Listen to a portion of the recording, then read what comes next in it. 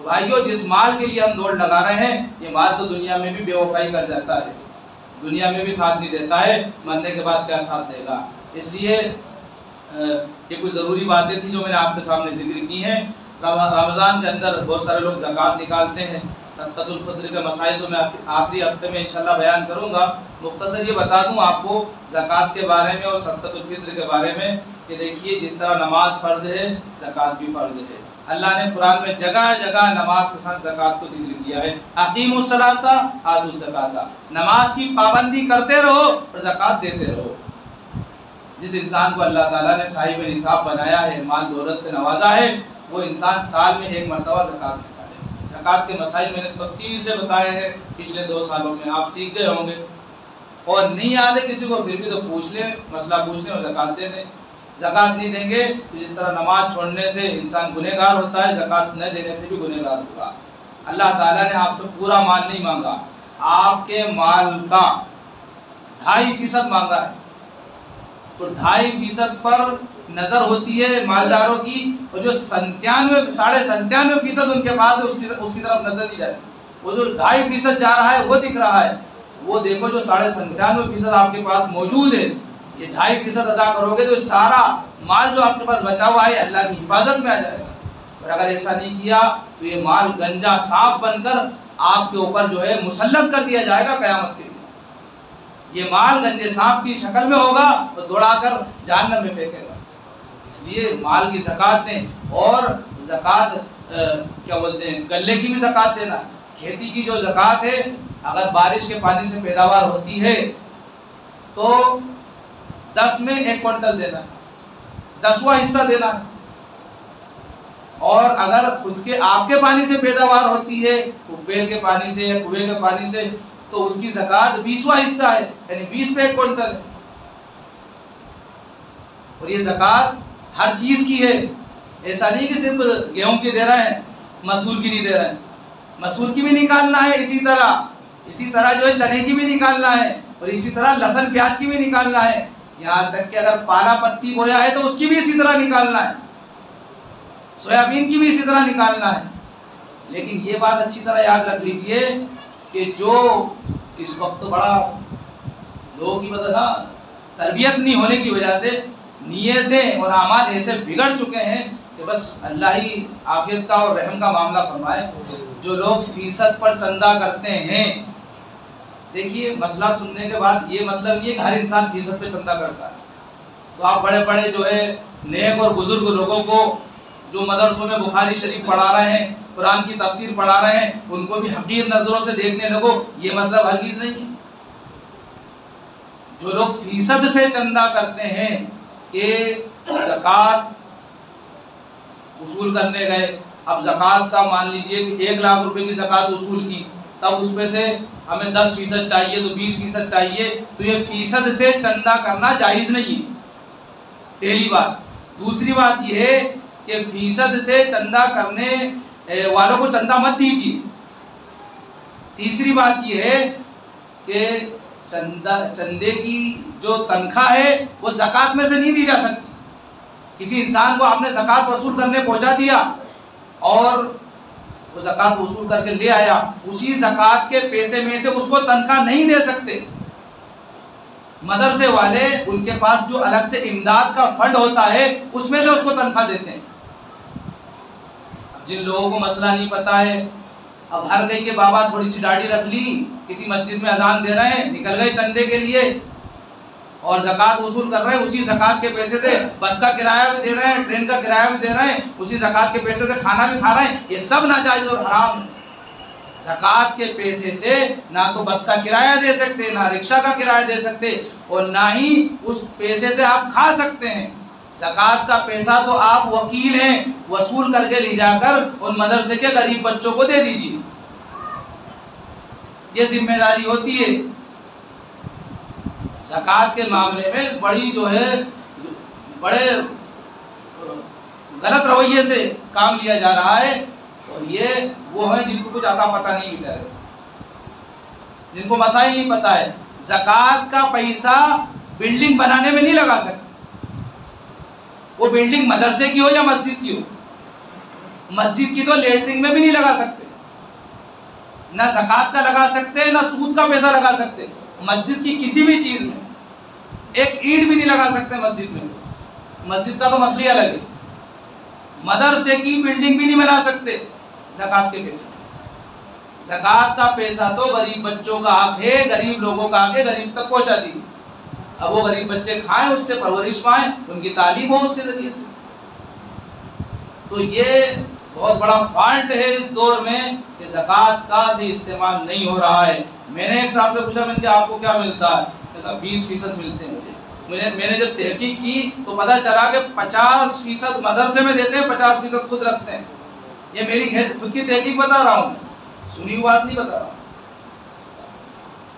तो अब हर इंसान को शक की नज़र से मत देखना, तहकीक कर लो, तहकीक करने से किसने रोका आपको, लेकिन अदब के दायरे में, अदब के दायरे में। ऐसा नहीं हो कि किसी आलिम की, किसी मुफ्ती की आप जो है बेइज्जती कर दें, बेअदबी कर दें, रमज़ान के मुकद्दस महीने में दिल दुखा दें। इस बात का बहुत ख्याल रखना।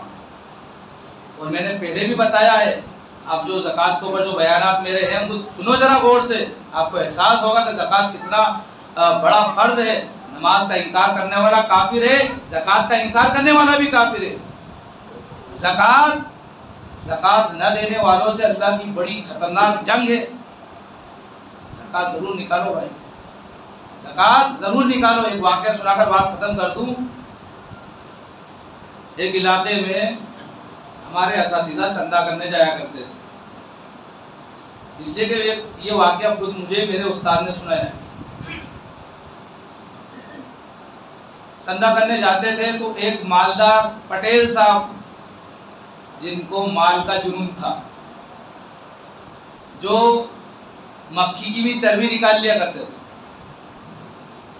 चाय में मक्खी गिर जाए तो उसको डुबाकर निकालकर बाहर फेंक दो, यही ना। इसलिए कि उसके एक पर में बीमारी है और एक में शिफा है, दोनों पर उसके डुबा दो चाय में अगर गिर जाए तो, ताकि ना बीमारी आपको लगे और बीमारी आपको नुकसान नहीं दे सके। इसलिए को शिफा वाला पर भी डूब गया।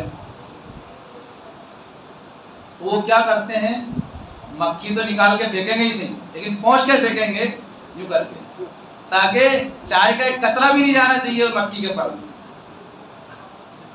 ये आला दर्जे के बुखला हैं, कंजूस जिन्हें कहा जाता है। तो एक पटेल साहब थे जिनको माल से बड़ी मोहब्बत थी। घर में माल रात में भरवा दिया करते थे, चने, डॉलर चने। उस वक्त तो डॉलर का बड़ा मार्केट था, अब तो कम हो गया, आज से कम से कम 15 साल पहले की बात है। तो रात में जो है वो कमरे में बंद कर दिया करते थे, अपने ज़कात निकाल दी, मेरे पास बचेंगे। बारिश खूब हुई जोरों से, बड़ी जोरों की बारिश हुई, यहाँ तक कि पानी घरों के अंदर घुस गया। जब चने वाले घर में पानी घुसा है तो चने क्या करेंगे, फूल गए चारों दीवारें चारों तरफ, और चने ऐसे बह रहे थे जैसे कि कचरा बह रहा है। उसके बाद वो आए और आकर तौबा की और माफी मांग ली कि आज से हर साल में पूरी ज़कात निकालूंगा। भाई हमारे साथ ऐसा नहीं हुआ इसलिए नहीं निकाल रहे हैं। इंसान को अगर कभी कोई हादसा पेश आए तो फौरन समझ जाना चाहिए कि मैंने कभी किसी का दिल तो नहीं दुखाया। कोई मुसीबत आए तो समझ जाना चाहिए कोई गुनाह तो नहीं किया। अपनी ज़िंदगी को, अपने बैकग्राउंड को चेक करो, तो जहाँ गलती हुई इनकी सुलह सफाई कर लो, माफ़ी मांग लो। अल्लाह तो 70 माओं से, बल्कि कई माओं से ज़्यादा मोहब्बत करने वाला रब है, जो आपके हाथ उठने से पहले माफ़ कर देता है। ये रमज़ान का मुक़द्दस महीना है, इसकी कदर करो। ये चला गया, पता नहीं अगले साल किसको मिले किसको न मिले। इसलिए कि बहुत सारे थे हमारे दरमियान पिछले साल, इस साल है क्या पता नहीं, हम में से अगले साल तक कौन रहेगा। इसलिए भाइयों माफ़ी मांगो, तौबा करो, सुलह सफाई करो। इसलिए कि अगर इंसान के आमाल तो बड़े बड़े हैं लेकिन मामला खराब हैं, रिश्तेदारों में लड़ाई है, पड़ोसियों में लड़ाई है, गाँव में लड़ाई है, तो आप चाहे जितने बड़े आमाल कर लें, आप पहले रमज़ान को सजदे में सर रखें और चांद जब दिखे ईद का, जब सजदे से सर उठाएं, जब भी आपकी मग़फ़िरत नहीं होगी। क्यों? इसलिए कि आपकी माँ नाराज़ है, आपका बाप नाराज़ है, आपका पड़ोसी नाराज़ है, आपके रिश्तेदार नाराज़ हैं। ये अल्लाह के रसूल सल्लल्लाहु अलैहि वसल्लम के मिंबर पे बैठकर हदीस सुना रहा हूँ मैं आपको। मेरे सुनाने का अंदाज़ ये है कि मैं आपकी ज़बान में सुना रहा हूँ। समझ रहे हैं बात को? इसलिए मामला सही कर लो। मामला को सही करना ये दीन को मुकम्मल करने वाला अमल है। और आपके अमाल बड़े बड़े हैं, मामला खराब हैं, अमाल आपके मुंह पे मार दिए जाएंगे। अल्लाह ताला मुझे भी, आपको भी, हम सबको अपने अमाल के साथ साथ मामला दुरुस्त करने की तौफीक अता फरमाए। एतिकाफ की फिक्र करें, ज़कात की फिक्र करें। इसी तरह एक बात और मेरे ज़हन में आ गई, सदक़तुल फित्र हो या ज़कात हो, जो मांगने वाले हैं, भिखारी जिनको फ़कीर कहा जाता है, उनको ना तो ज़कात दें आप और ना ही सदक़तुल फित्र दें। अगर आप दे रहे हैं तो ना ज़कात अदा होगी, ना ही सदक़तुल फित्र अदा होगा। किनके बारे में? चंदा करने वालों के बारे में नहीं कह रहा हूँ, मांगने वालों के बारे में, भिखारियों के बारे में कह रहा हूँ। इसलिए कि आपको उनके बारे में तहकीक नहीं है, आप उनके पास कोई सील सिक्के भी नहीं है कि तस्दीक है हमारे पास है क्या? आप अपने रिश्तेदारों में देखो कौन गरीब है, उनको ज़कात दो, उनको जो है आप सदक़तुल फित्र दो। रिश्तेदारों में सब अल्लाह का शुक्र अच्छे हैं, तो पड़ोसियों में देखो, करीब के पड़ोसी देखो, करीब के अच्छे हैं, दूर के पड़ोसी देखो, अपने गांव में देखो, अपने गांव में नहीं पड़ोस के गांव में देखो, जिनके बारे में आपको मालूम है कि ये गरीब आदमी है, ये मिस्कीन आदमी है, ऐसे लोगों को आप जो ज़कात भी दो, सदक़तुल फित्र भी दो। एक बात और ये समझ लो कि मांगने वालों का धंधा है, जब जेब खाली हो गई उठाया कटोरा चल दिए, उसके लिए तो कोई टेंशन ही नहीं है। बल्कि सबसे बड़ा मालदार मेरी नज़र में, गलत भी हो सकती मेरी बात, मेरी नज़र में सबसे बड़ा मालदार तो भिखारी है। इसलिए वो कभी भूखा नहीं सोता, कभी आधा पेट खा के नहीं सोता हो, लेकिन वो इंसान जो बेचारा दिन भर मेहनत मजदूरी करता है, 100-200 रुपये 250 रुपये कमाता है, जिसके घर में कभी जो है कभी गोश्त आता है या कभी कभी जो है सब्जी बनती है, बेचारे दुख मुसीबतों की जिंदगी गुजार रहे हैं, झोपड़ी में झुग्गी में रह रहे हैं या किराए के मकान में रह रहे हैं। ऐसे लोगों को आप याद रखिए, ऐसे लोगों के बारे में आप तहकीक कीजिए, उनको दीजिए।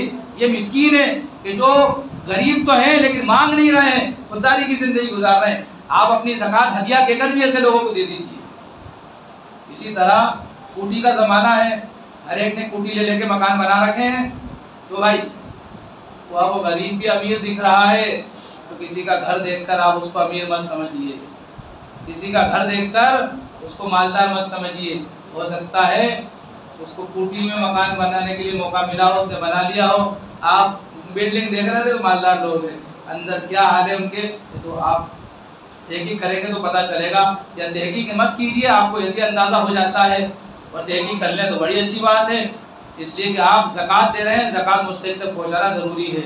ऐसी और भी बातें थी, एक सामने सवाल किया था तो बड़ी मतलब शदीद ज़रूरत बताई थी, साहब हमारे इलाके में जो है मालदार लोग हैं, वो ज़कात तो देते हैं लेकिन वो गरीब उलमा को ज़कात देने को हराम समझते हैं। उन्होंने मेरे से खुसूसी दरख्वास्त की, कल फ़ोन लगा कर के इस पर ज़रूर बयान कर दीजिएगा, मुझे पहले याद नहीं आया, नहीं तो मैं कर देता।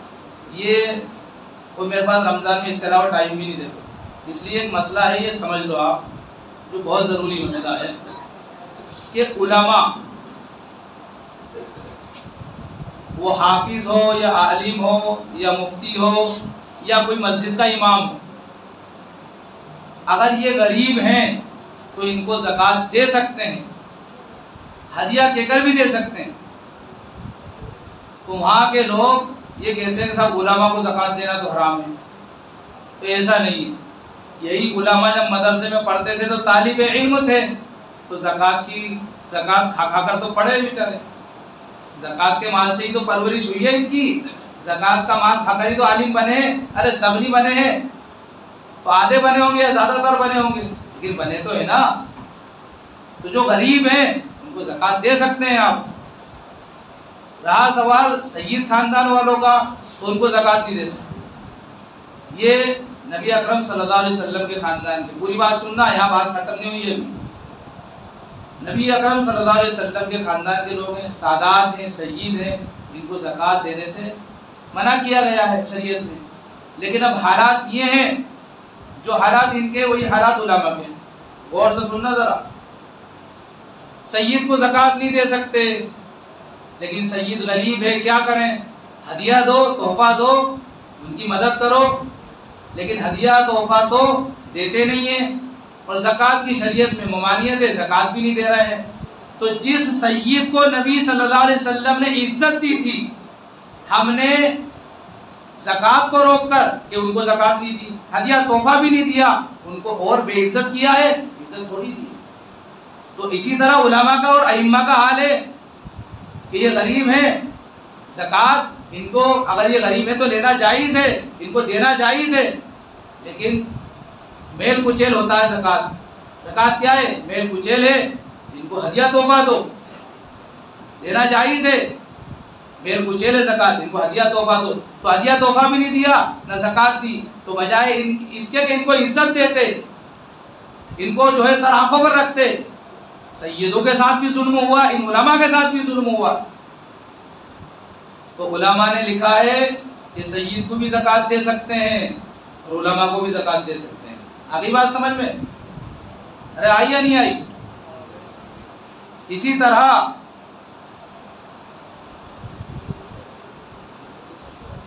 आज़मा खराब हो गया, मुझे ऐसा लग रहा है। अरे भाई मसला समझना जरूरी नहीं, आधी बात सुन के जो आधी बात सुनाओगे लोगों को तो फिर उनका आज़मा खराब होगा जिनको आधी सुनाओगे। इसी तरह एक बहुत हसास बात है, लेकिन ये गैरतमंद लोग ही गवारा करेंगे। आज के इस दौर में अवाम का रिश्ता उलमा से कटा हुआ है। बस ये आखिरी बात सुन लो, इस दौर में जो फितनों से भरा हुआ है, हालात से और आजमाइशों से भरा हुआ है, अवाम का रिश्ता उलमा से कटा हुआ है और लोगों ने काट दिया है। और आज भी चारों तरफ ज्यादातर मेहनतें इसी बात की हो रही हैं कि अवाम को उलमा से काट दो। जब बस में ड्राइवर नहीं होगा तो बस का तो एक्सीडेंट होना ही है। तो जब अवाम का रिश्ता उलमा से कट जाएगा तो अवाम खुद ब खुद गुमराह हो जाएगी। इस बात की कोशिशें हुई हैं और हो रही हैं और कोशिश करने वाले कामयाब हैं। इसलिए उलमाए किराम ने, मुफक्किरीन ने ये मसला लिखा है कि उलमा को ज़कात दो और उनको वकील बना दो कि ये ज़कात आप अपने हिसाब से गरीबों को दे दीजिए। तो फिर क्या होगा कि ये ज़कात का पैसा उलमा गरीबों को देंगे। तो जिन उलमा को लोग जज़ाकल्लाह, सुभान अल्लाह, माशाअल्लाह, शुक्रिया कहते हुए सुनते थे, जब ज़कात का माल देते हुए देखेंगे तो वो इनसे करीब होंगे। और इंसान अपने मोहसिन का एहसानमंद होता है कि जब वो उलमा से करीब होंगे तो उलमा उनको नमाज की तरफ पिलाएंगे, मस्जिदों की तरफ पिलाएंगे, नेक अमाल की तरफ पिलाएंगे। इस बात के बारे में भी सोचा जाए। अल्लाह ताला से दुआ, मसला समझ में आ गया? अल्लाह ताला से दुआ, अल्लाह ताला मुझे भी, आपको भी, हम सबको, सारे मुसलमानों को दीन इस्लाम समझने वाला, अमल करने वाला बनाए। आमीन। वाक़िदा।